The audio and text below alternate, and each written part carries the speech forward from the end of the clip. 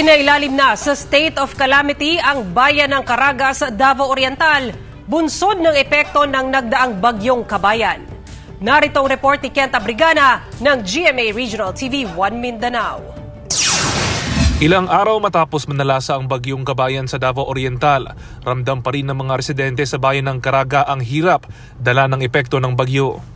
Si Auro Cayubi ng Barangay Lamyawan, suot ang kanyang rosaryo, nananalangin na muling makabangon matapos pasukin ng baha ang kanilang bahay at maanod maging ang kanilang mga kabuhayan.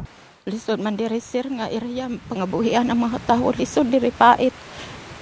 Labi na karon nga mananom ka unsa may imong tamnan nga ang aning mga sitwasyon. Sa kasagsagan ng pananalasa ng bagyong Kabayan, nasira naman ang tulay sa Barangay Lamyawan na nagresulta sa pagka-stranded ng libu-libong residente sa barangay. Si Jose na mula pa sa Sitio Tobelan, Barangay Pichon, sumakay na lang sa motor bangka para makatawid. So ako nang iningkabot ko para makahuman ako mga bata, pero karon mahirapan mi kay tungod ko na tulay. To. Ang bayad karon sa pambot sa yuta gipabayad mi 20-20. Nagtulong-tulong naman sa pagbubuhat ng motorsiklo ang mga residente para maisakay sa motor bangka. Pahirapan rin ang pagkuha ng malinis na tubig sa Barangay Lamyawan matapos maputol ang tubo ng tubig kasabay ng pagkasira ng tulay. Naputol rin ang linya ng kuryente.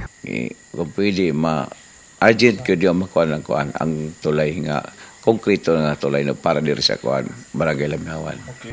Sa tala ng Caraga LGU, mahigit 6,000 na pamilya mula sa 10 barangay ang apektado ng pagbaha, kaya isinailalim na sa state of calamity ang lungsod ng Caraga.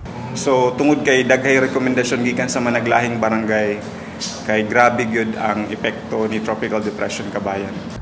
Namahagi na rin ng tulong ang LGU sa mga naapektuhan ng bagyo. Samantala, nagsagawa na ng clearing operation sa mga kalsada na naharang ng mga nabuwal na puno.